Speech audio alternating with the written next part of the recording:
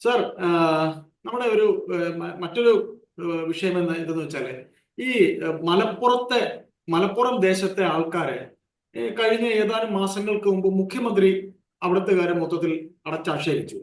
ഇന്നലെ ബഹുമാന ഈ പിന്നെ വെള്ളാപ്പള്ളി നടേശൻ SNDP സമുദായത്തിന്റെ SNDPയുടെ ജനറൽ സെക്രട്ടറി കുമാരനാശാൻ ഇരുന്ന ആ പദവിയിൽ ഇരിക്കുന്ന മനുഷ്യനാണ്. കുമാരനാശാൻ SNDP യോഗത്തിന്റെ ജനറൽ സെക്രട്ടറി ആയിരുന്നു. ആ പദവിയിൽ ഇരിക്കുന്ന ആളാണ് ഈ പറയുന്ന വെള്ളാപ്പള്ളി നടേശൻ, സാമുദായിക നേതാവ്.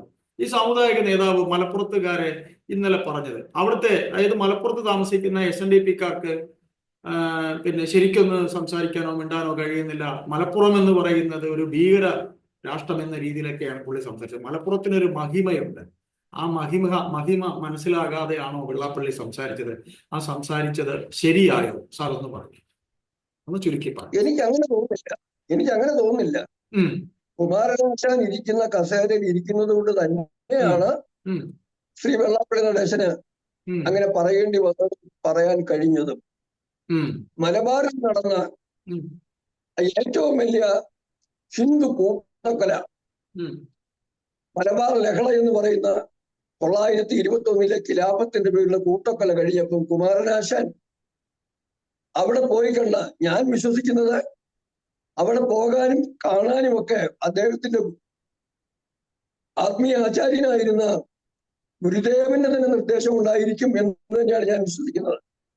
ആ ശ്രീനാരായണ, ആ ഗുരുദേവന്റെ ശിഷ്യൻ കുമാരനാശാൻ അവിടെ പോയി കണ്ടിട്ട് എഴുതിയ ദുരവസ്ഥ വായിക്കുകയും ഉൾക്കൊള്ളുകയും ചെയ്തിട്ടുള്ളത് കൊണ്ടാകാം ഒരുപക്ഷെ വെള്ളാപ്പള്ളി അങ്ങനെ എഴുതി പറഞ്ഞത്.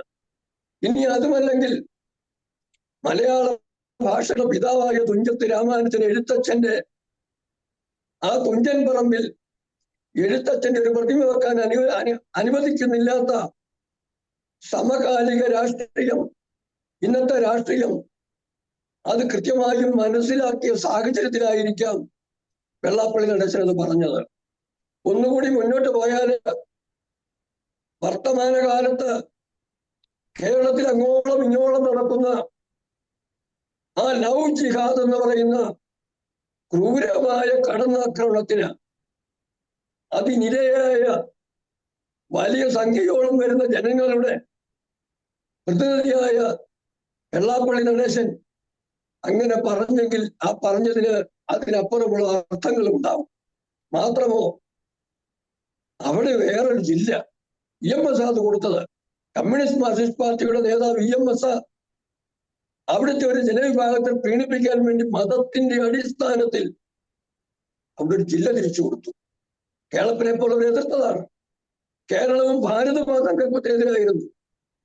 ഒരു തരത്തും ജില്ലയോ സംസ്ഥാനമോ ഒന്നും ജാതിയോ മതം തിരിച്ചോ അല്ല കൊടുക്കുന്നത്. അങ്ങനെ കൊടുത്ത ശേഷം പ്രീണനത്തിന്റെ രാഷ്ട്രീയം ഇന്നത് എവിടെ ചെന്നിരിക്കുന്ന ആലോചിക്കണം. 2011 അല്ല 4 ഡീലിമിറ്റേഷൻ കഴിഞ്ഞപ്പം പത്തനംതിട്ട ജില്ലയിലെയും കോട്ടയം ജില്ലയിലെയും ആലപ്പുഴ ജില്ലയിലെയും ഒക്കെ MLA-മാരുടെ എണ്ണം കുറച്ചിട്ട് 4 നിയമസഭാ സാമാജികരെ മലപ്പുറത്ത് കൂടുതൽ കൊടുത്തിരിക്കുകയാണ്. ആ സാഹചര്യം, രാഷ്ട്രീയ സാഹചര്യം, അതൊക്കെ ഉയർത്തുന്ന പ്രശ്നങ്ങളും പിന്നെ മറ്റു പലരും പുറത്ത് പറയാൻ തയ്യാറാവാത്ത മലപ്പുറം പോലുള്ള സ്ഥലങ്ങളിലെ, അതായത് ഹിന്ദു ന്യൂനപക്ഷവും മറ്റുള്ളവർ ഭൂരിപക്ഷവുമാകുന്ന ഇടങ്ങളിൽ നടക്കുന്ന ഒറ്റപ്പെടുത്തലിന്റെയും നടക്കുന്ന അടിച്ചമർത്തലിന്റെയും എല്ലാം യാഥാർത്ഥ്യം ഉൾക്കൊണ്ടുകൊണ്ട് തന്നെയായിരിക്കും വെള്ളാപ്പള്ളി ഇത് പറഞ്ഞത്. അത് പറയുന്നത് കേരളത്തിൽ മറ്റെല്ലാവരെക്കാട്ടിലും അർഹതയും കഴിവും ശേമുഷിയുമുള്ള നേതാവാണ് വെള്ളാപ്പള്ളി നടേശൻ. രാഷ്ട്രീയ കാര്യത്തിൽ അദ്ദേഹത്തിന്റെ അഭിപ്രായങ്ങൾ മാറി മറിഞ്ഞൊക്കെ വന്നിട്ടുണ്ടാവാം. അതൊന്നും എനിക്കുള്ള വിഷയമേ അല്ല. വൈക്കത്ത് TV പുരത്തെ ശ്മശാന കേസിൽ അവിടെയും തന്റെ സമുദായത്തിനെതിരെ നിൽക്കുന്നവർക്കെതിരെ ശക്തമായി ശബ്ദിക്കുവാൻ വെള്ളാപ്പള്ളിക്ക് ധൈര്യം ഉണ്ടായിരുന്നുവെങ്കിൽ മലപ്പുറത്തെ കാര്യത്തിലും പറയുന്നതിനുള്ള ധൈര്യം മാത്രമല്ല, വെള്ളാപ്പള്ളിയുടെ അത്രയും കാര്യങ്ങൾ പഠിച്ചു പറയുന്ന ഒരാള് ഇന്ന് എനിക്ക് തോന്നുന്നില്ല ഏതെങ്കിലും ജാതി സംഘടനയോ ബന്ധങ്ങളോ ഉണ്ടെന്ന് എനിക്ക് തോന്നുന്നില്ല. ഏതെങ്കിലും സമുദായ മറ്റു സംഘടന. പലരെ കുറിച്ച് അതെ, പറയുന്നത് അതെ, തീർച്ചയായിട്ടും സാറ് പറഞ്ഞത് ശരിയാണ്. അതെ. ഉം. കൃത്യമായ പഠനവും എല്ലാം കഴിഞ്ഞാണ് അദ്ദേഹം പറയുന്നത്. അതെ. അദ്ദേഹം അങ്ങനെ പറഞ്ഞെങ്കിലും അങ്ങനെ പറഞ്ഞതിന്റെ പേരിൽ അങ്ങനെ വെള്ളാപ്പള്ളി നടേശൻ പറഞ്ഞത് കൊണ്ട് നടേശനെ പിന്തുണയ്ക്കുന്നവരും അവര് ഞങ്ങൾ വോട്ട് ചെയ്യണ്ട, അവരുടെ വോട്ട് ഞങ്ങൾക്ക് വേണ്ട എന്ന് കുഞ്ഞാലിക്കുടി നേതൃത്വം കൊടുക്കുന്ന ആരുമില്ല. വലതുവർഗീയ മുന്നണിക്കോ പിണറായി വിജയൻ നേതൃത്വം കൊടുക്കുന്ന ഇടതു വർഗീയ മുന്നണിക്കോ ധൈര്യമുണ്ടോ? ഇല്ല, പറയില്ല. ആർഎസ്എസിന്റെ ഉത്തരവാദിത്തമൊക്കെ പറയാറുണ്ടല്ലോ. എന്ന് പറയുന്നത് പോലെ ഇവർക്ക് ആർക്കെങ്കിലും എന്ന് പറയാൻ കഴിയും. അങ്ങനെ പറഞ്ഞതുകൊണ്ട് വെള്ളാപ്പള്ളി നേതൃത്വം കൊടുക്കുന്നവരുടെ വോട്ട് ഞങ്ങൾക്ക് വേണ്ടെന്ന് പറയാൻ കഴിയുമോ? ഇല്ലല്ലോ. അനാവശ്യമായ കാര്യങ്ങളില് വിവാദമൊന്നും ഉണ്ടാക്കാൻ പോകാതെ വെള്ളാപ്പള്ളി പറഞ്ഞ വാചകങ്ങളോ പറഞ്ഞ ട്യൂണോ ഇവൻ പറഞ്ഞ വേദിയോ പോലും നോക്കാതെ അതിന്റെ യാഥാർത്ഥ്യത്തിലേക്ക് ഇറങ്ങിച്ചെല്ലണം. അത് മനസ്സിലാക്കണമെങ്കിൽ മലബാറിലെ വിള കഴിഞ്ഞപ്പം ആ ലഹളയെ കുറിച്ച് വീര സവർക്കർ എഴുതിയൊരു നോവലുണ്ട്, ഒരാഖ്യായിക വീര സവർക്കർ.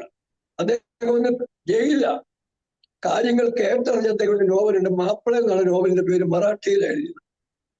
അതില് മലയാളം ട്രാൻസ്ലേഷൻ ഇപ്പോഴും അവൈലബിൾ ആണ്. അതിൽ അദ്ദേഹം എടുത്തു പറഞ്ഞിട്ടുണ്ട്, അവിടെ വെള്ളാപ്പള്ളി നടേശൻ പിന്തുടരുന്നവർ ഉൾപ്പെടെയുള്ള ഹൈന്ദവ സമൂഹത്തിലെ പ്രത്യേകിച്ചും പിന്നോക്ക വിഭാഗം അനുഭവിച്ച ദുരിതത്തിന്റെ കണക്ക് പറഞ്ഞിട്ടുണ്ട്. അതൊന്ന് വായിക്കേണ്ട പുസ്തകം.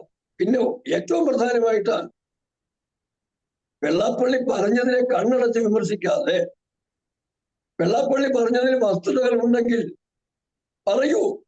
അവിടെ നിന്ന് ഏതാണ് വെള്ളാപ്പള്ളിയുടെ സമൂഹത്തിൽ നിന്ന് ആരെയെങ്കിലും ഒരാളെയെങ്കിലും അടുത്ത നിയമസഭയിലേക്ക് മറ്റു പാർട്ടിക്കാരെല്ലാരും കൂടെ ചേർന്നിട്ട് അവർക്ക് ഇഷ്ടമുള്ള ഒരാളെ പറയട്ടെ, നിരോധിക്കട്ടെ. കുഞ്ഞാലിക്കുട്ടിയുടെ മണ്ഡലത്തിൽ അല്ലെങ്കിൽ KT ജില്ല ജയിപ്പിക്കുന്ന മണ്ഡലങ്ങളിലൊക്കെ മറ്റൊരാളെ നിർത്തി കാണിക്കട്ടെ. ആറന്മുളയിൽ വീണ ജോർജിനെ മത്സരിപ്പിക്കാമെങ്കിൽ മലപ്പുറത്തെ ഈ ന്യൂനപക്ഷ സമൂഹത്തിന്റെ പ്രാധാന്യം, അവർക്ക് സ്വാധീനമുള്ള ഏതെങ്കിലും ഒരു മണ്ഡലത്തിൽ വെള്ളാപ്പള്ളി നടേശന്റെ വിഭാഗത്തിൽപ്പെട്ട ഒരാളെ മത്സരിപ്പിച്ച് ജയിപ്പിക്കാൻ ഞാൻ ചോദിക്കുന്നു, ഇടതു വർഗീയ മുന്നണിക്കോ വലതു വർഗീയ മുന്നണിക്കോ ധൈര്യമുണ്ടോ എന്നാണ് എന്റെ അവസാനത്തെ ചോദ്യം. ഏതായാലും നന്ദി സാർ.